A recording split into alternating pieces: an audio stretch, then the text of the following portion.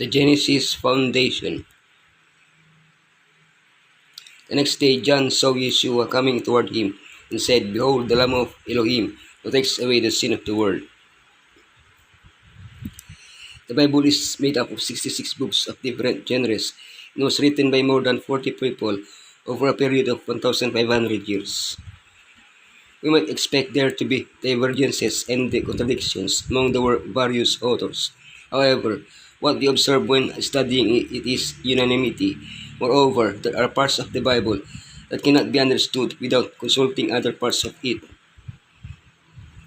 We are going to study a principle of interpretation that will help us discover the meaning of a symbol or a parallelism by traveling through the entire Bible. The principle of first mention. Genesis 22, Love and the Lamb. Whom you love, where is the Lamb? Genesis 2:3, Death and the serpent. You will certainly die. The serpent was more crafty.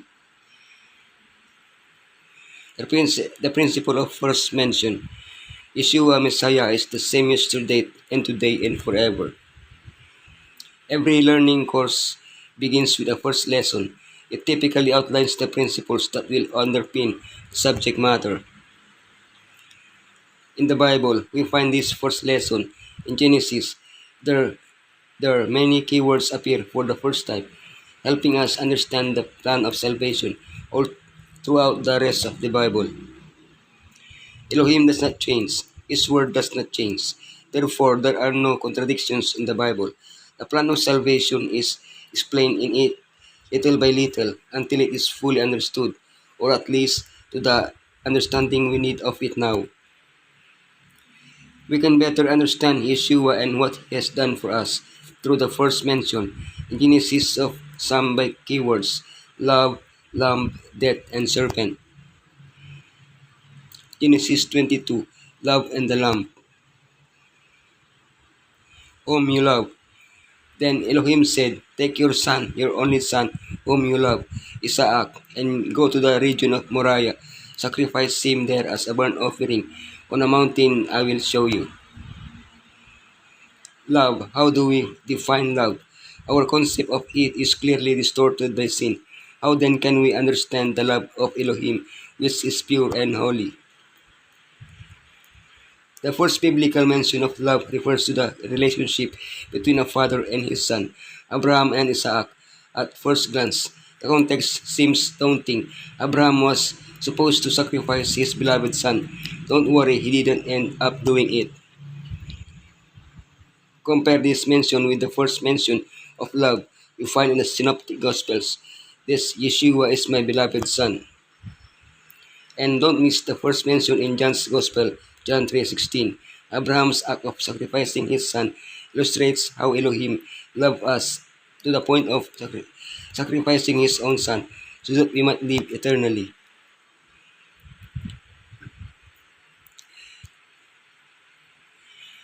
Where is the lamb? Isaac spoke up and said to his father Abraham, Father, yes, my son. Abraham replied, The fire and wood are here. Isaac said, But where is the lamb for the burnt offering? The first mention of the word lamb is not accidental. It is the basis for understanding the repeated mention of the lamb in Revelation. Note that the lamb Elohim provided was actually a ram. At Passover, a lamb was sacrificed, although it could be either a lamb or a young goat.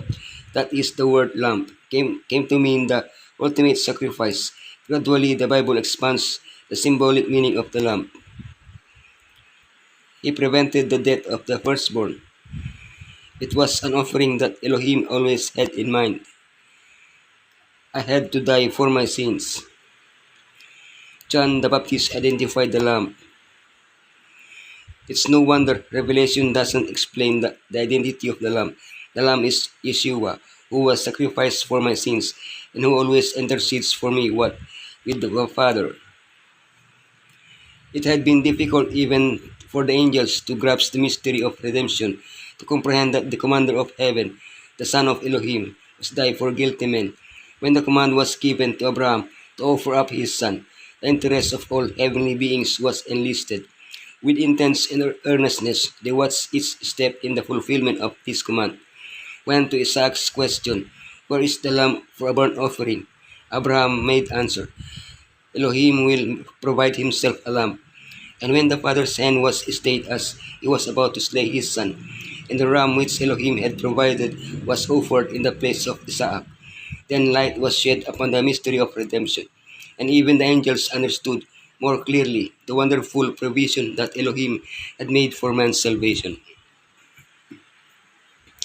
Genesis 2:3, Death and the Serpent.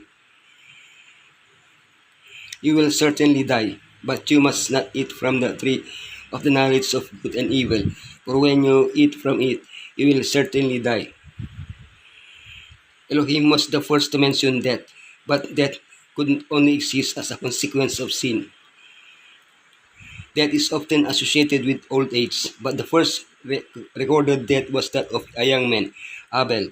He told a righteous man, died at the hands of unrighteous men.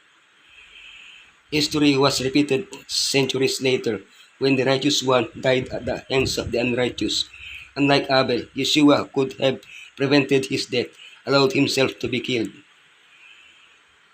Yeshua did what Abel could not. He conquered death, and as Revelation 1:18 shows, he received the keys of death with which he could open the tombs, hell or Hades.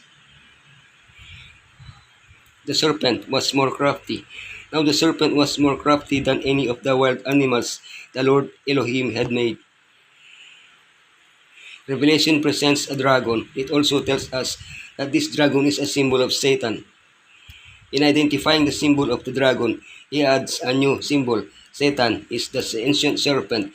Which serpent is he referring to? Of course, the first serpent mentioned in the Bible, in Eden, Satan, the serpent, deceived the whole world, Adam and Eve. In Revelation, we are reminded that this has been his purpose throughout history, and that it will be his special target at the end of time. He will even attempt to deceive everyone in the very presence of Elohim.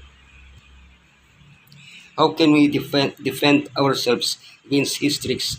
One way is to study how he first did it. His basic tactics haven't changed over the centuries. The gospel is revealed in all the prophecies of the first advent of Messiah as the Savior of men.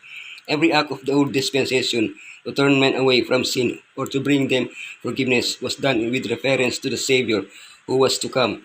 He was the stepping stone by which men was to be exalted. The Gospel.